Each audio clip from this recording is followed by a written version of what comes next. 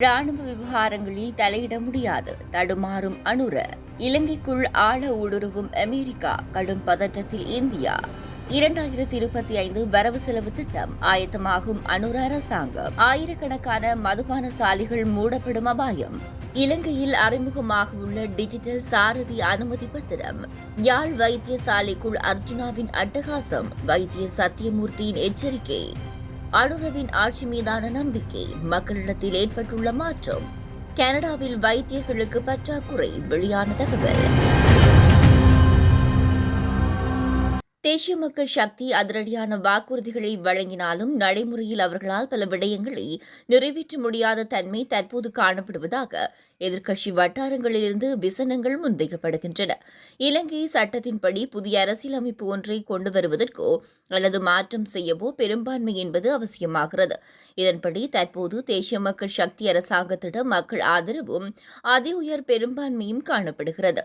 இருப்பினும் தேர்தல் மேடைகளில் அவர்களால் வழங்கப்பட்ட வாக்குறுதிகளுக்கும் அதனை நடைமுறைப்படுத்தவும் பாரிய இடைவெளி காணப்படுகிறது. இந்த நிலையில் இலங்கையின் தற்போதைய ஆட்சி நடைமுறை தொடர்பில் பிரித்தானியாவின் மூத்த சட்டத்தரணி அருண் கணநாதன் ராணுவ விவகாரங்களில் தலையிட முடியாது அனுர தரப்பு தடுமாறுவதாக தெரிவித்தார். மேலும் வல்லரசுகளின் கட்டுப்பாடுகளின் கீழ் இலங்கை தற்போது காணப்படுவதாகவும் கூறினார். உலகத்தின் பல நாடுகளில் திடீரென இடம்பெற்ற ஆட்சி மாற்றங்கள், ஆட்சி கவிழ்ப்புகளூடாக பூகோள அரசியல் எவ்வாறு ஊடுருவியிருக்கிறது என்பதை தெளிவாக காட்டுகிறது.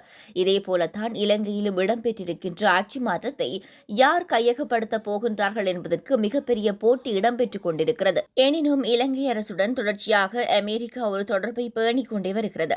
இந்த நிலையில் தங்களுக்கு கிடைக்கும் சந்தர்ப்பங்களை, வாய்ப்புகளை அமெரிக்கா ஒருபோதும் கைவிடுவதில்லை.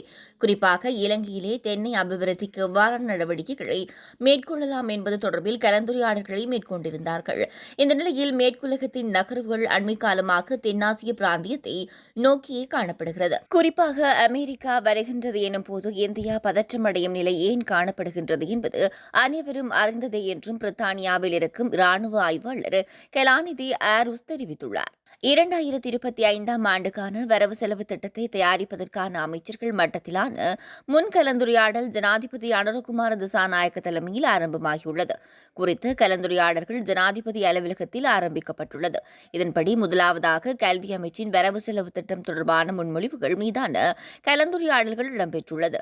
அதன்போது கல்வி, உயர்கல்வி மற்றும் தொழிற்கல்வி அமைச்சர் பிரதமர் ஹரணி அமரசூரிய மற்றும் அமைச்சின் சிரேஷ்ட அதிகாரிகள் குழுவினர் கலந்து கொண்டுள்ளனர். பல மதுபான ஆலைகள் மற்றும் மதுபான கடைகள் வரி செலுத்தாததால் 2025 ஆண்டுக்கான மதுவரி உரிமம் வழங்க முடியாத நிலை ஏற்பட்டுள்ளதாக தெரிவிக்கப்படுகிறது. நாடளாவிய ரீதியில் சுமார் 4500 மதுபான நிறுவனங்கள் மற்றும் மதுபான சாலைகள் உள்ளதாகவும் தற்போது 2025 ஆண்டுக்கான உரிமங்களை சுமார் 200 பேருக்கு பெற்றுக்கொள்வதற்கான வரி அனுமதி அறிக்கைகளை உள்நாட்டு இறைவரி திணைக்களத்திடமிருந்து மதுவரி திணைக்களம் பெற்றுள்ளதாகவும் குறிப்பிடப்படுகிறது. இந்த நிலையில் நிர்ணயிக்கப்பட்ட முறையில் வரி செலுத்தியவர்களின் அனுமதி அறிக்கைகளை உள்நாட்டு இறைவரி திணைக்களம் மதுவரி திணைக்களத்துக்கு வழங்கும் என மதுபான அனுமதி பத்திரம் பெறுவோர் சங்கத்தின் தவிசாளர் அஜித் உடுகம தெரிவித்துள்ளார். அத்தோடு இதுவரை செலுத்த வேண்டிய வரியை செலுத்தாதவர்களும் உரிய வரியை செலுத்தி அதற்கான தகுதிகளை பெற்று அனுமதி அறிக்கைகளை அனுப்புமாறும் அவர் கேட்டுக் கொண்டுள்ளார். தற்போதைய சாரதி அனுமதி பத்திரத்துக்கு பதிலாக புதிய டிஜிட்டல் சாரதி அனுமதி பத்திரத்தை விரிவாக அறிமுகப்படுத்த அமைச்சரவை அனுமதி அளித்துள்ளது. அமைச்சரவை கூட்டத்தில் இந்த தீர்மானம் எடுக்கப்பட்டுள்ளது. அத்துடன் டிஜிட்டல் சாரதி அனுமதி பத்திரம் வழங்கப்படும் வரை தற்போதைய முறையை தொடர்ந்தும் நடைமுறைப்படுத்தவும் அமைச்சரவை தீர்மானித்துள்ளது. போக்குவரத்து, நெடுஞ்சாலைகள், துறைமுகங்கள் மற்றும் சிவில் விமான சேவைகள் அமைச்சரினால் முன்வைக்கப்பட்ட யோசனைகளை கருத்தில் கொண்டு இந்த டிஜிட்டல் சாரதி அனுமதி பத்திரம் விரைவில் அறிமுகப்படுத்தப்பட உள்ளது. தற்போது ஸ்மார்ட் அட்டை சாரதி அனுமதி பத்திர விநியோகம் ஆரம்பிக்கப்பட்டு கிட்டத்தட்ட 15 ஆண்டுகள் கடந்துள்ளது. இந்த நிலையில் குறித்த நிறுவனங்களுக்கு இடையேயான தரவு பரிமாற்ற வசதிகளை வழங்கி புதிய தொழில்நுட்ப அமைய உலகில் பல நாடுகளில் தற்போது பயன்படுத்தப்பட்டு வருகின்ற டிஜிட்டல் சாரதி அனுமதி பத்திரத்தை வழங்குவது சிறந்தது என அரசு கண்டறிந்துள்ளமை குறிப்பிடத்தக்கது. நாடாளுமன்ற உறுப்பினர் ராமநாதன் அர்ஜுனா மீண்டும் யாழ்போதனா வைத்தியசாலைக்கு குழப்பம் விளைவிக்க வருவாரின் வாசலிலேயே வைத்து பாதுகாப்பு உத்தியோகத்தர்களால் அவர் போலீசாரிடம் ஒப்படைக்கப்படுவார் என்று யாழ்போதனா வைத்தியசாலையின் பணிப்பாளர் வைத்தியர் தங்கமுத்து சத்தியமூர்த்தி தெரிவித்துள்ளார். இடம்பெற்ற ஊடகவியலாளர் சந்திப்பின் போதே அவர் மேற்கண்டவாறு குறிப்பிட்டார். தொடர்ந்தும் தெரிவிக்கையில், யாழ்ப்பாண வைத்தியசாலைக்கு வருகை தந்த நாடாளுமன்ற உறுப்பினர் அர்ச்சுனா தான் தற்போது ஒரு நாடாளுமன்ற உறுப்பினர் என்றும் தன்னை சார் என்று அழைக்குமாறும் கூறி எம்மோடு முரண்பட்டார். அவரை சார் என்று அழைக்க முடியாது என்று பதிலளித்ததற்கு என்னை யாழ்ப்பாண வைத்தியசாலையின் பணிப்பாளர் பதவியிலிருந்து அகற்றுவேன் எனவும் நாடாளுமன்றத்துக்கு அழைத்து கேள்வி கேட்பேன் என்றும் கூறினார். அத்தோடு யாழ்ப்பாண வைத்தியசாலைக்குள் உள்நுழைந்து நாடாளுமன்ற உறுப்பினர் அர்ச்சுனா குழப்பம் விளைவிப்பதற்கு இடமளிக்க முடியாது. நாட்டில் அனுரகுமார திசாநாயக்க தலைமையிலான அரசாங்கம் பதவியேற்றுள்ள நிலையில் ஊழலற்ற அரசாங்கத்தை நிலைநாட்டுவதாக அரசாங்கம் உறுதியெடுத்துள்ளது. அந்த வகையில் இந்த ஆட்சி மீதான நம்பிக்கை மக்களிடத்தில் இரு வகையான மாற்றங்களையும் ஏற்படுத்தியுள்ளது. மக்களில் ஒரு சாரார் அனுர் அரசாங்கம் கடந்த கால அரசாங்கத்தைப் போல மக்களால் துரத்தி அடிப்பதற்கு உள்ளாவர் என குறிப்பிடுகின்றனர்.